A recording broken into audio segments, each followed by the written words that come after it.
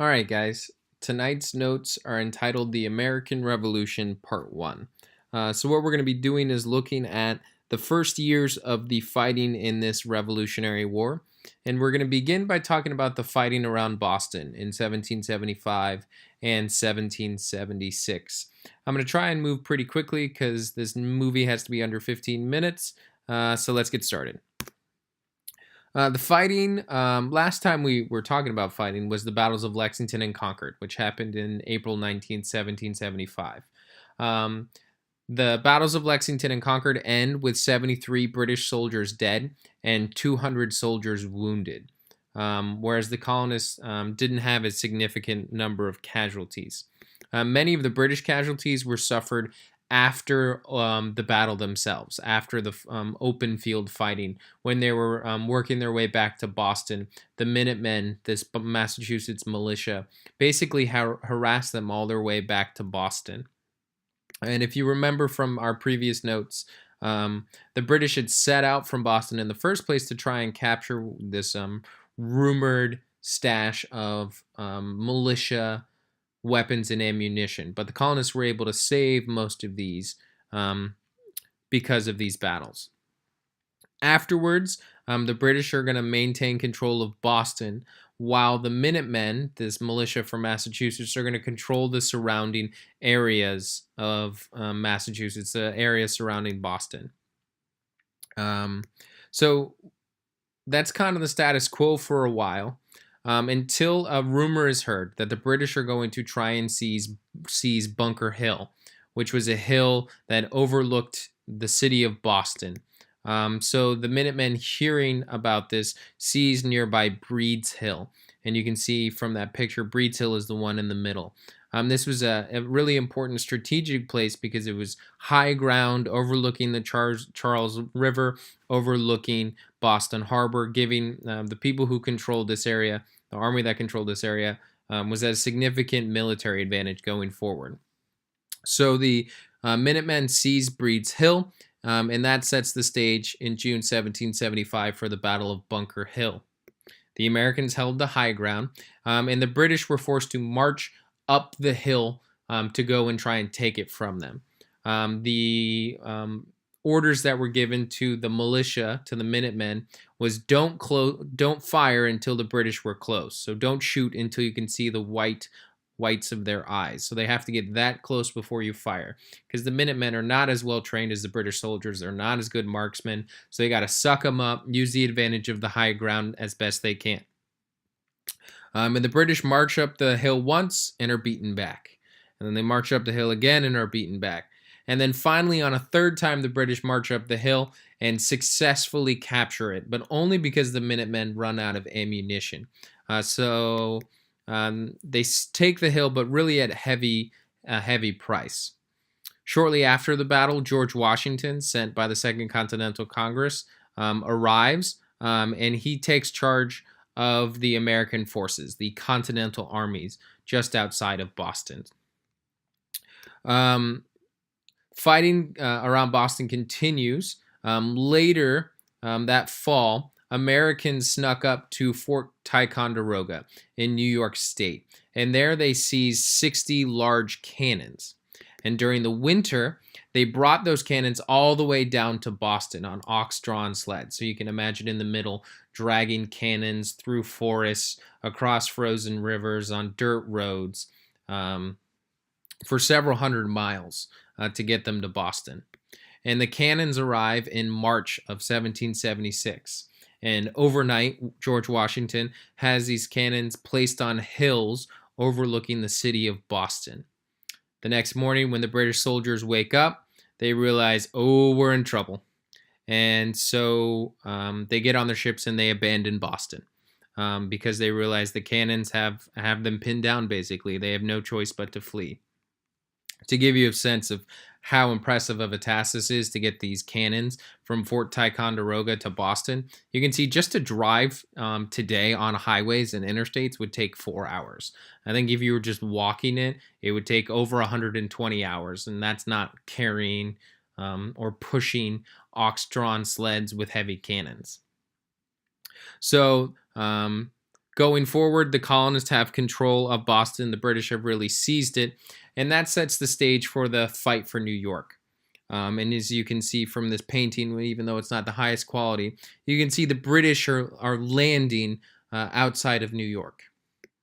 In the summer of 1776, the British general, William Howe, landed an army near New York City. The British army is very large. It's made up of British soldiers who had been removed from Boston, as well as a group of Hessians, which are mercenaries or rented soldiers from Germany. And Hessians have a reputation of being very skilled soldiers, really impressive fighters. So those are nobody to scoff at either. In the largest battle of the war, up to that point, the British defeated Washington's army and captured New York City.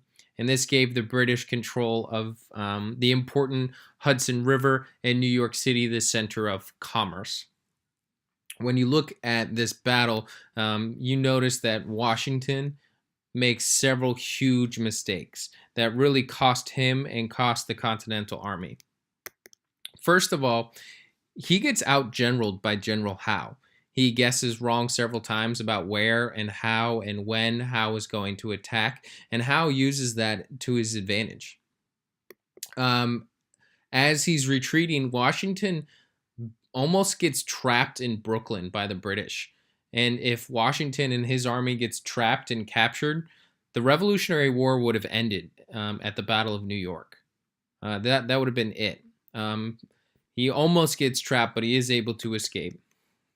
And as he's fleeing, he leaves 5,000 soldiers in a fort, thinking that they would be safe and hold this important fort. But that fort is captured by the British. And so he loses a large chunk of his army. But Washington did manage to keep his army together. He snuck most of the army out of town. He was helped significantly by fog and some skilled sailors who sailed him across 2 rivers. You can see from the picture this is happening at night. They're just trying to quickly sneak away, and they were able to do so. So some results from the fight for New York is New York is going to remain under British control for the remainder of the war. Washington's army is going to be really demoralized heading into the winter of 1776 and 1777. At this point, the British, anytime they've engaged with the British in open battle, the British have just wiped the floor with them. So that leads us to the Battle of Trenton, which is going to be a winter battle, as you can see from this painting. So after the Washington's defeat in New York, he retreats. He and his army retreat from New York. They go across New Jersey and all the way to Pennsylvania. During this time period, his main success is just the fact that he is able to avoid capture. He's keeping the army together. By keeping an army in the field, there's still a chance. If that army is no longer in the field, the revolution's over. But morale in the Continental Army is really low. The army only had about 2,000 soldiers in fighting shape at this point, and supplies like blankets, food, and warm clothing are running really low, and this is the middle of winter. The situation is pretty bleak for the Continental Army. So knowing that his army needed a victory, they needed something to go their way, Washington hatched a plan that he was going to attack these Hessians, those German mercenaries, at Trenton. So on Christmas night, he and his men crossed the freezing Delaware River back into New Jersey. And this was the first time that the Continental Army went on the attack. You can see this moment is memorialized in this famous painting, Washington Crossing the Delaware. This isn't exactly how it happened. Who's going to be standing up in a boat sailing across frozen water? That's just not how it happened. But it's made to look like Washington in this really heroic moment, leading the Continental Army into this huge encounter up to this point in the war. So the next day, they surprised that large Hessian force that was in Trenton, and they successfully took the town. They also take 900 prisoners, as well as a lot of weapons and supplies. And this is the first major victory for the Continental Army in the American Revolution. And it's really important for the colonists for several reasons. It gave them much needed supplies and ammo going into the winter months. They would be in trouble without that. It boosted the army's morale. Morale was really low. Situation wasn't looking good, but experiencing victory does a lot for morale, which leads to soldiers re-enlisting in the army. Enlistments were down. People's contracts were coming to an end, and unless they re-enlisted, Washington wouldn't have soldiers to fight in his army. But many of them, after tasting victory, are going to re-enlist. New soldiers are going to enlist as well, and so Washington's soldiers, or the number of his soldiers, is going to grow slightly. And it also shows to the colonists that they could hold their own in the open field in battle against the British. It gave them a sense that maybe we do have a real chance in this. However, even the Battle of Trenton doesn't change the basic facts of the war. And that the primary fact is that Britain is still the heavy favorite. All right. They have a lot of things going for them. First of all, Britain still controlled the city of New York.